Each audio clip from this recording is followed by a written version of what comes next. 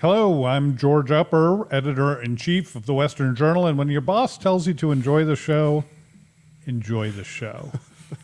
Speaking of which, welcome back to another episode of the show, WJ Live, powered by the Western Journal. I'm here reminding you, as always, to click that subscribe button, and on the bell next to it, if you're watching us on YouTube, make sure you are subscribed to the channel and you're getting notifications every time a new episode posts. You don't want to miss the truth about the news of the day that we bring you 3 times a week here at WJ Live. Today we bring you a very special episode of WJ Live, WJ Live Lost Edition. Who's lost, you ask?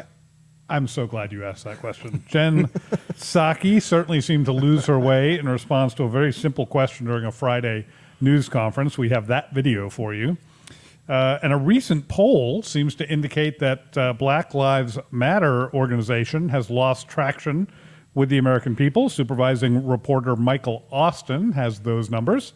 But first, assignment editor Joey Chester is here with some recent video of the man who appears to be the most lost of all. I'm noticing a trend here with everyone around Biden. It's like lostness radiates from Joe Biden.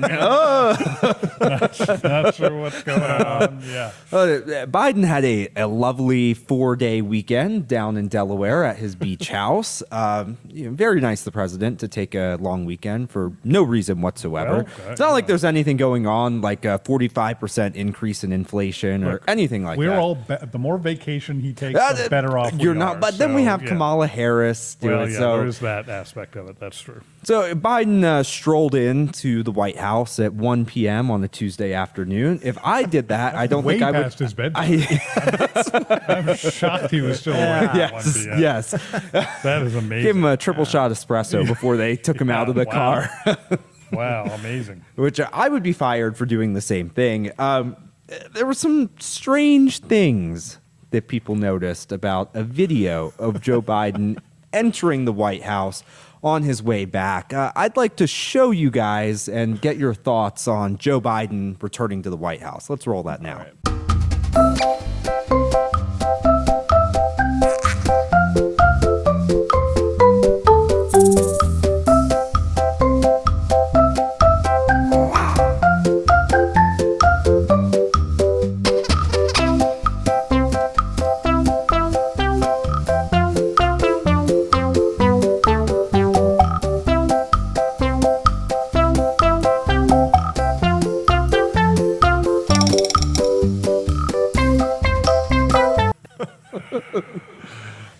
Ladies and gentlemen, I give you the leader of the free world. Yes.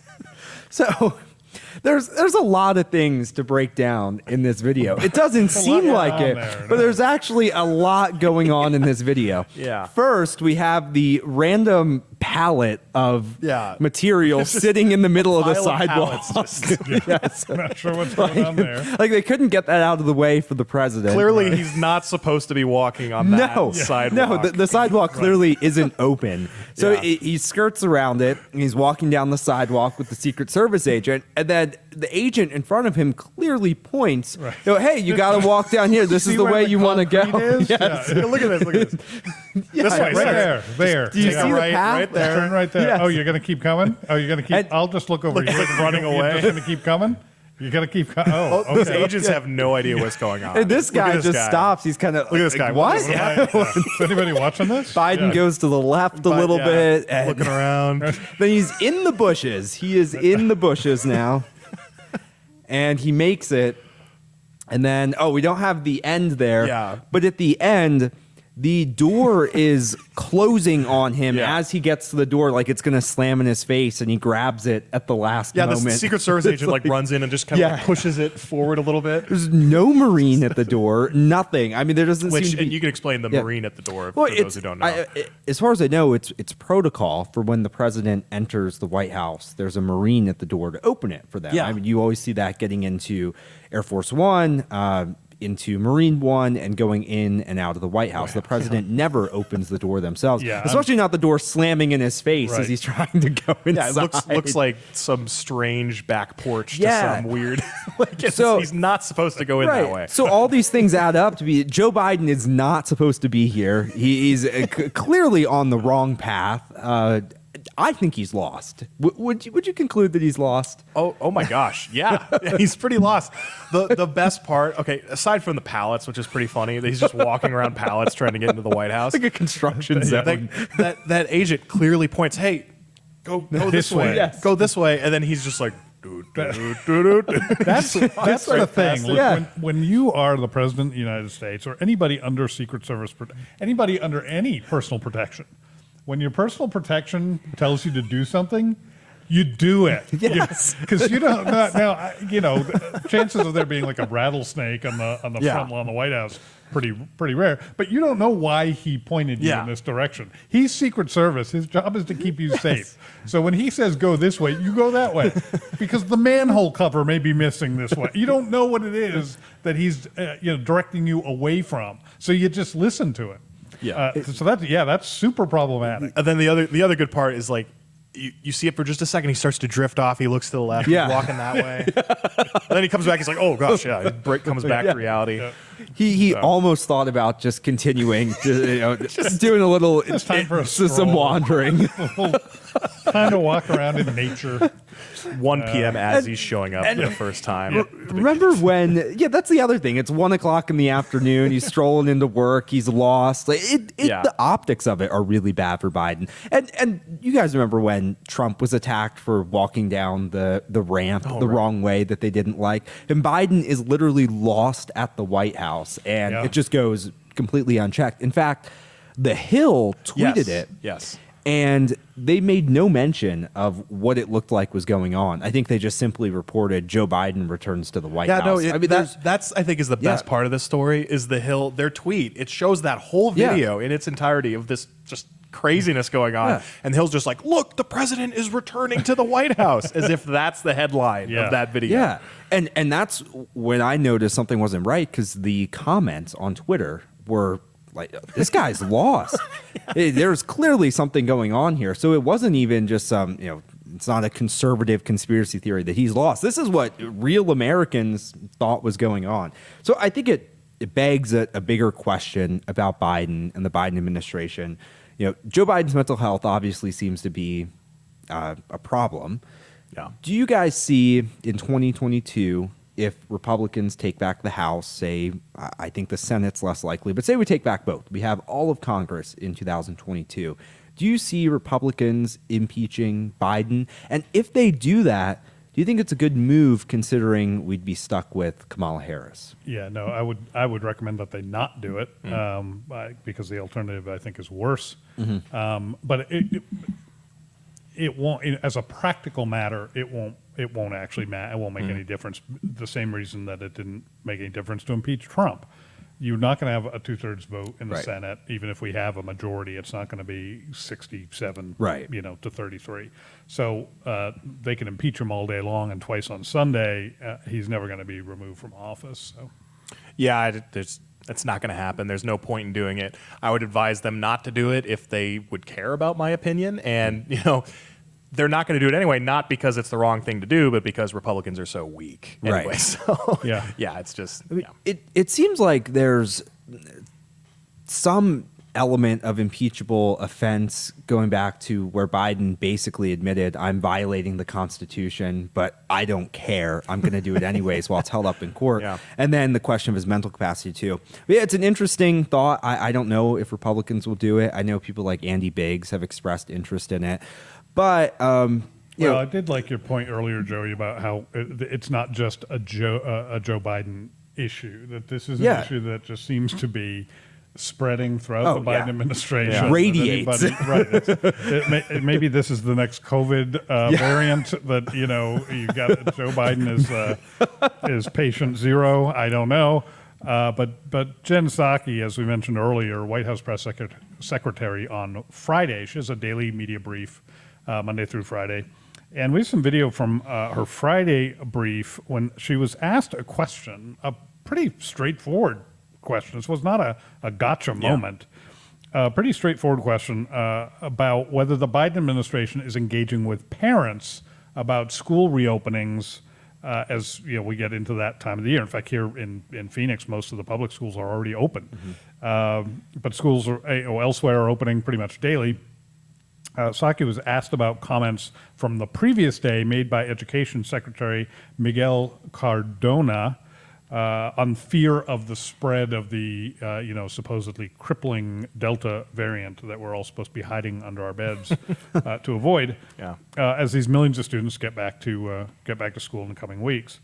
So the question is very simple. I'm going to read the question. We'll play the video, but I want to make sure that you hear it before you hear her response. The question was, yesterday, Secretary Cardona noted that the administration is working closely with teacher unions as they prepare for school openings this fall. I'm wondering, are there any specific parent organizations that the administration is also partnering with? That's from the White House transcript of this media briefing. Let's play that video, and you can hear that question and see her response for yourself. One more quick one. Yesterday, Secretary Cardona noted that the administration is working closely with teacher unions as they prepare for school openings this fall. I'm wondering, are there any specific parent organizations that the administration is also partnering with? To help ensure schools opening, that is something certainly the Department of Education. They are working with a range of organizations to make sure they are educated, they have the information they need, they know what the mitigation measures are. I can certainly ask Secretary Cardona if there are any specifics or get you in touch with the Department of Education. All right. So I'm going to read through that word salad for you because I got to give Psaki credit for this.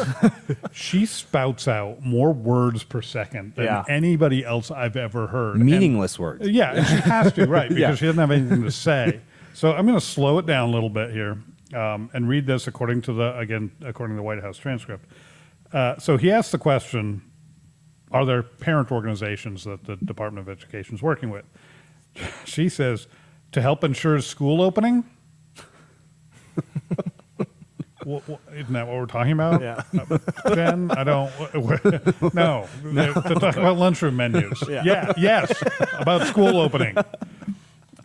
So she asked the question, which is probably just buying time. She's, it's given her a second to process what's going on. To help ensure school's opening, she says. Here we go. That is certainly something the Department of Education. They are working with a range of organizations to make sure they are educated. They have the information they need. They know what the mitigation measures are. I can certainly ask Secretary Cardona if there are any specifics or get you in touch with the Department of Education.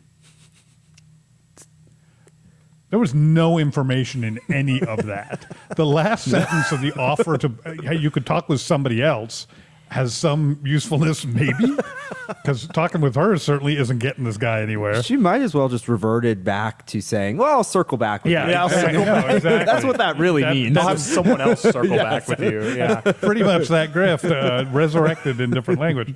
But it means her entire answer meant nothing. No. It meant nothing. No. It wasn't even sensical. That is something certainly the Department of Education. They are working with a range of organizations to make sure they are educated. It sounds like she's been listening to Joe Biden talk too much. Well, again, he is patient zero. Oh, you know the thing. You know the thing. Come on, man. How is it possible, guys, that Jen Psaki, the White House press secretary, I always call her Psaki. Yeah, is it Psaki? Yeah, no, it's not, but I like it.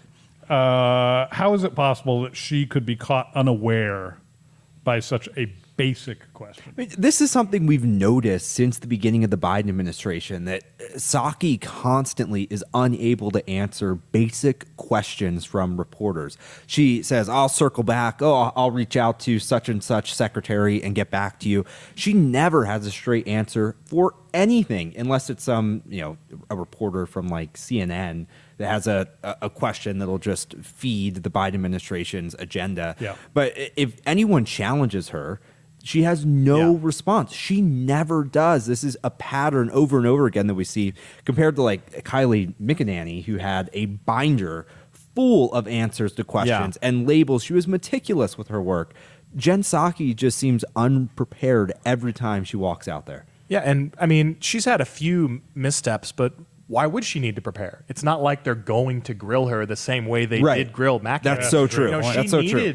McEnany needed to be prepared Yeah. every single day because she knew every single reporter in that room was her enemy. Yeah. And they were going to try Yes. to catch her messing up. And Psaki knows that all of these people are rooting for her and rooting Yeah. for Biden, gosh, and they're going to yeah. do Yes. everything they can to make him look better than That's Trump. how she gets away with that answer. of course. They don't care. Yeah. Yeah, do you remember the well, and I love the way she just moves on at the end. Like Yeah. she gets those words out of her mouth. Yeah. And she's like, Next. You, anybody, anyone If else those but that guy. reporters Don't follow knew what up. they were doing, the next person would press her on that question. Yeah, Like, absolutely. of course. Yes. So Do you remember McEnany being asked by a reporter some gotcha question? She pulls out her binder, she answers. Yeah. And the reporter yells, "You were prepared for that." Do you remember that? Yes. Yes. And I'm like, well, of course she was prepared Yeah, for it. she should You were be. totally predictable. Everybody knows exactly what you're going to do. yeah. But yeah, so they should be yelling out the opposite to Jen Psaki. You weren't prepared for that. All right. It's time for America's favorite game show, Oh, excellent. Dumb or Dishonest, guys. It's my favorite game. Yeah. So I don't know if anybody else actually likes it at all. Mm. Dumb or Dishonest. Does the Biden administration truly believe that parents are irrelevant to this conversation about reopening America's public schools, which would be dumb, but it's possible they truly believe that? Or do they know better, but they simply don't care because of all the union money that props up the Democratic Party? Michael, dumb or dishonest? Well, I have a very strong opinion on this. Absolutely 100% dumb.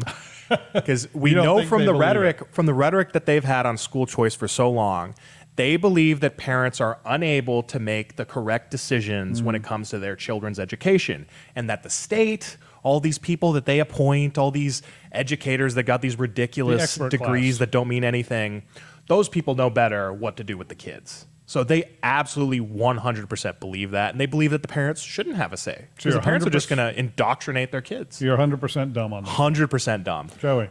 I agree, but I also think that they love the union money. But I don't think. That's But true. so I think that they don't believe that parents can make decisions for their kids. They are anti-school choice. That's really what they believe, and they also love the union money. Yeah. They eat it up. So I completely agree. 100% dumb on this. That's a good point about the union money. I should have thought of They that. do But love they, it. they love it. love They that, yeah. love it. It helped get Joe Biden elected. So Yeah. of course they're gonna Yeah. move in the direction of the teachers unions. I should note Secretary Cardona, the day before the statements that he was making that were referred to in the original question, during that entire event, he didn't mention parents at all Yeah. either. It was Yeah. all about teachers unions Yep. and Yeah. all that kind of stuff. So, I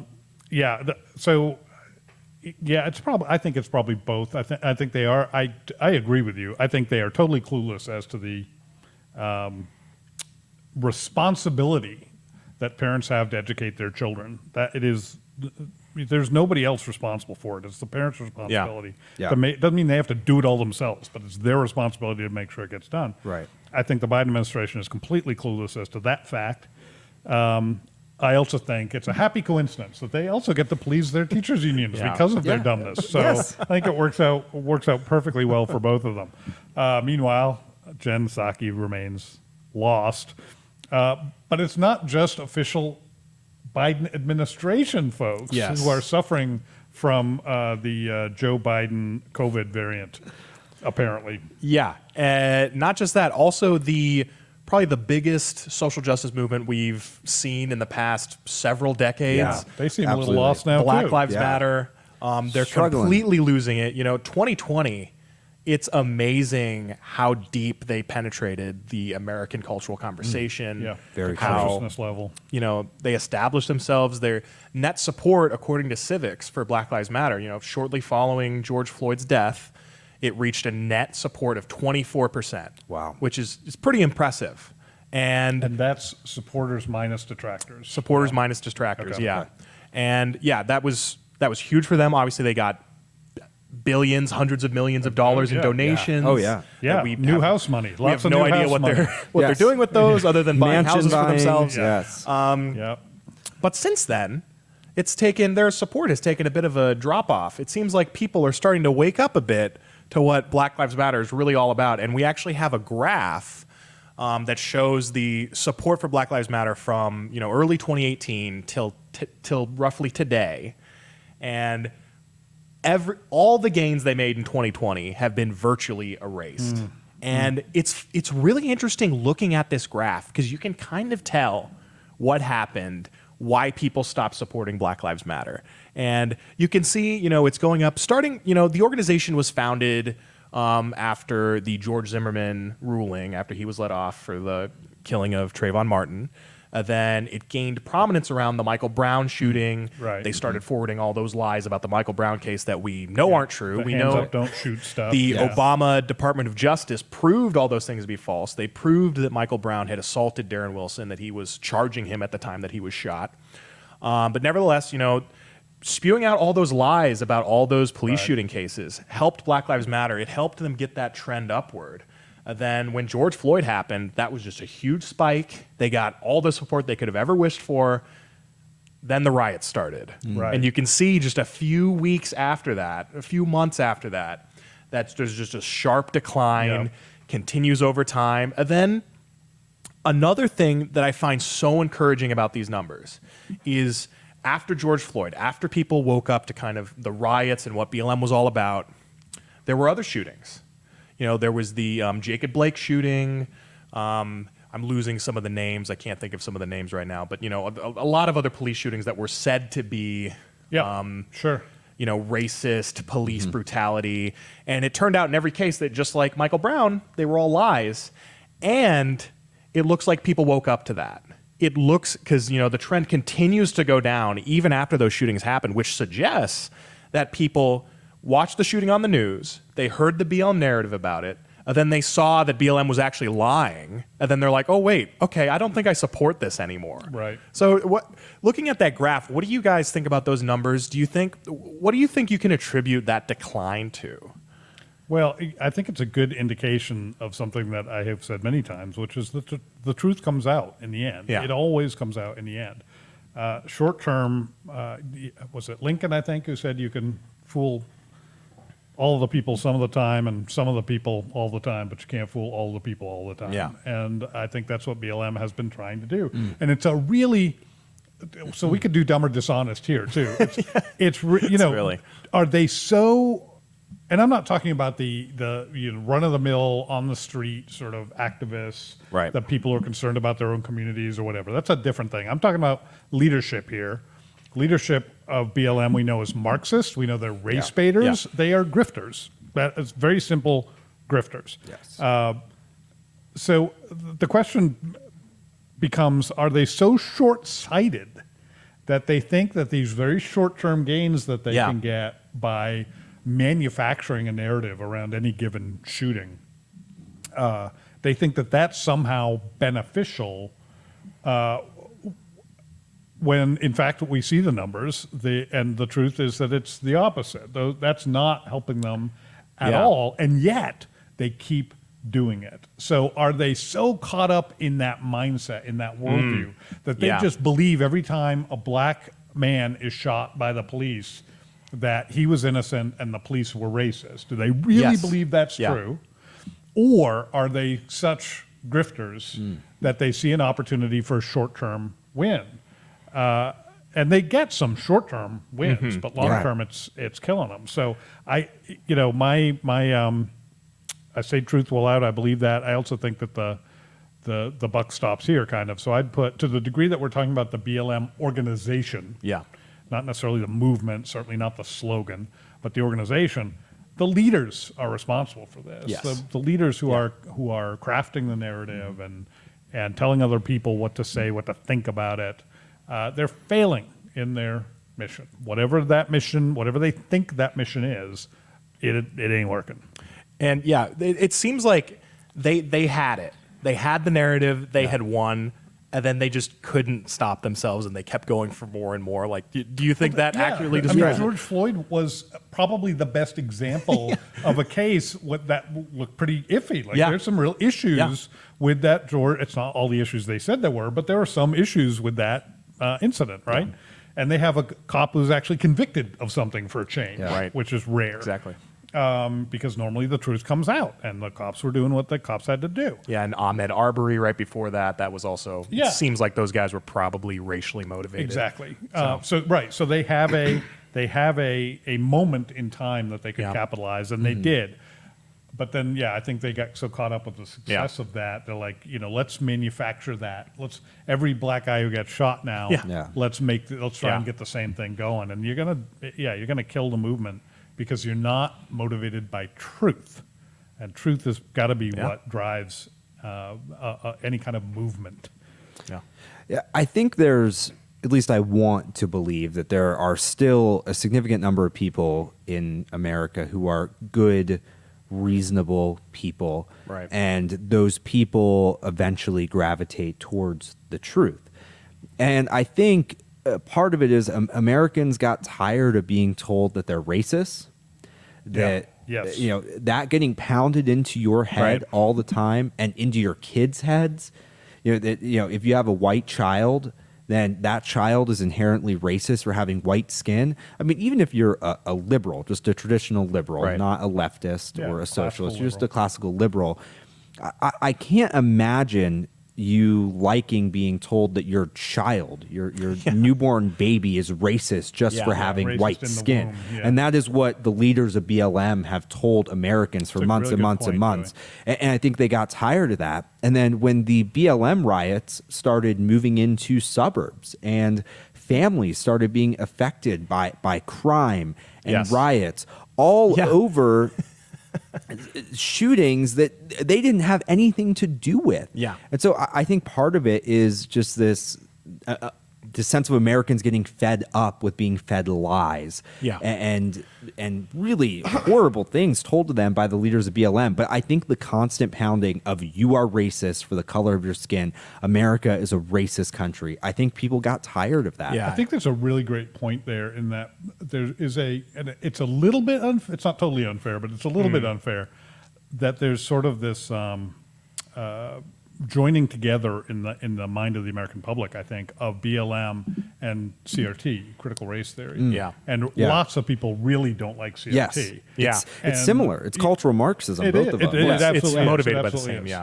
And so I think there are people who really don't like CRT, and they go, wait a minute. BLM stands for CRT. Yes. These Absolutely. two things come very closely It's a together. great point, George. But I also think I remember reading last year, I can't remember who it was, maybe Mark Zuckerberg, but he's an awfully convenient target, so maybe I'm wrong about that. But somebody, there were protests very near his community where he lived, and in his neighborhood, basically. Right. And somebody was saying, well, that's the end of the BLM movement because now it's affecting the people who have supported it, but now it's affecting them now, and they're going to get out. And I think that's what happened. Yeah, and just to end it on a positive note, some of the things, if you look into that data, so 2% net support, that's where they're at now. That's where they were in August of 2018.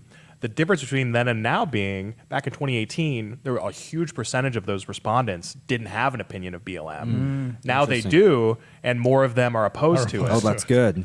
Wow. And then secondly, if you look at the trends, Republicans are like 86% opposed or something like that. Democrats are 84% for, and independents are in total they are opposed. They're trending that's opposed. great. So the independent number is fantastic. Especially with elections coming up, that could bode well for us. It is kind of a shame because an organization like that doing good work could do really good work. Absolutely. Yeah, you're not wrong. And to see them just try to hijack it in the name of Marxism is grifters.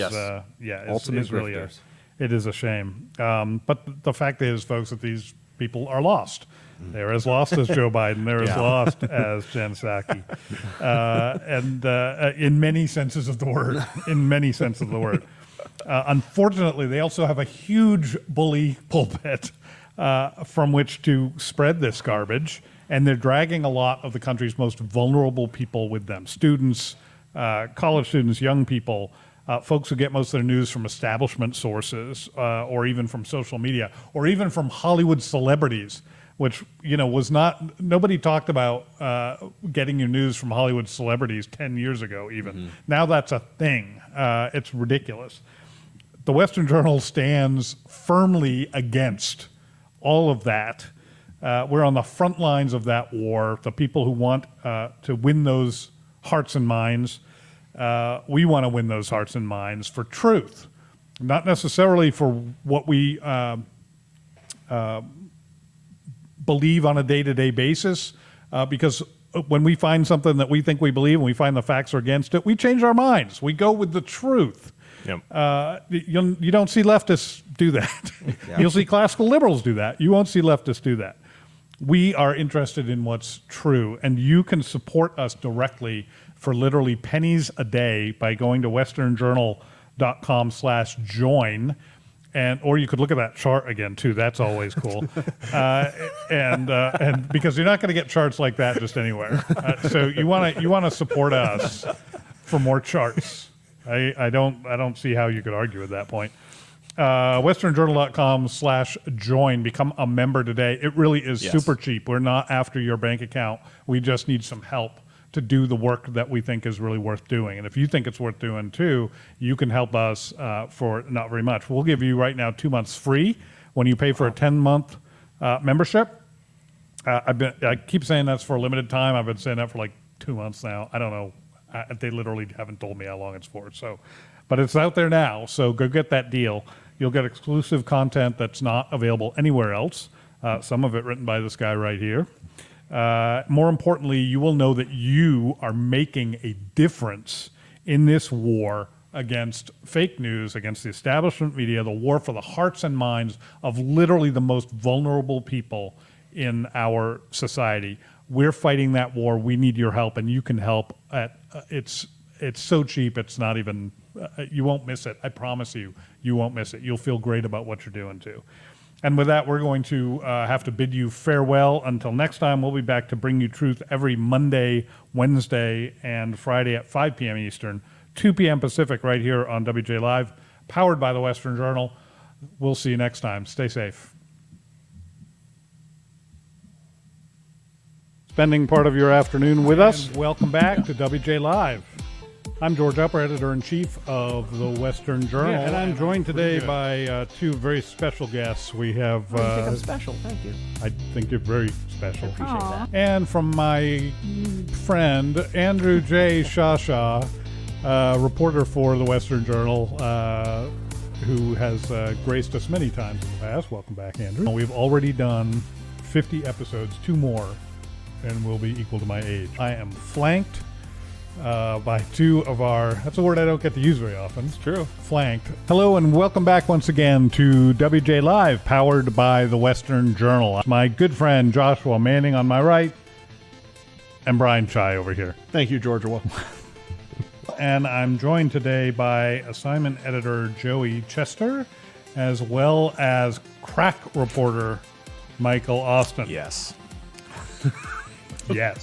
Special treat for viewers of the Western Journal. We have both crack reporter Michael Austin and crackerjack reporter Andrew Shasha. It's rare that we get both of these guys in the same room. In fact, there are a lot of people who don't believe they both exist independently. They think they're the same guy because they've never seen them together. Not joining us today, my white polo, because apparently that memo doesn't go to everybody. I'm George Upper, editor-in-chief of the Western Journal, and this is Not Smoldering. I'm joined today by, what are you, distribution manager, Brian Chai, right? Manager of distribution operations. The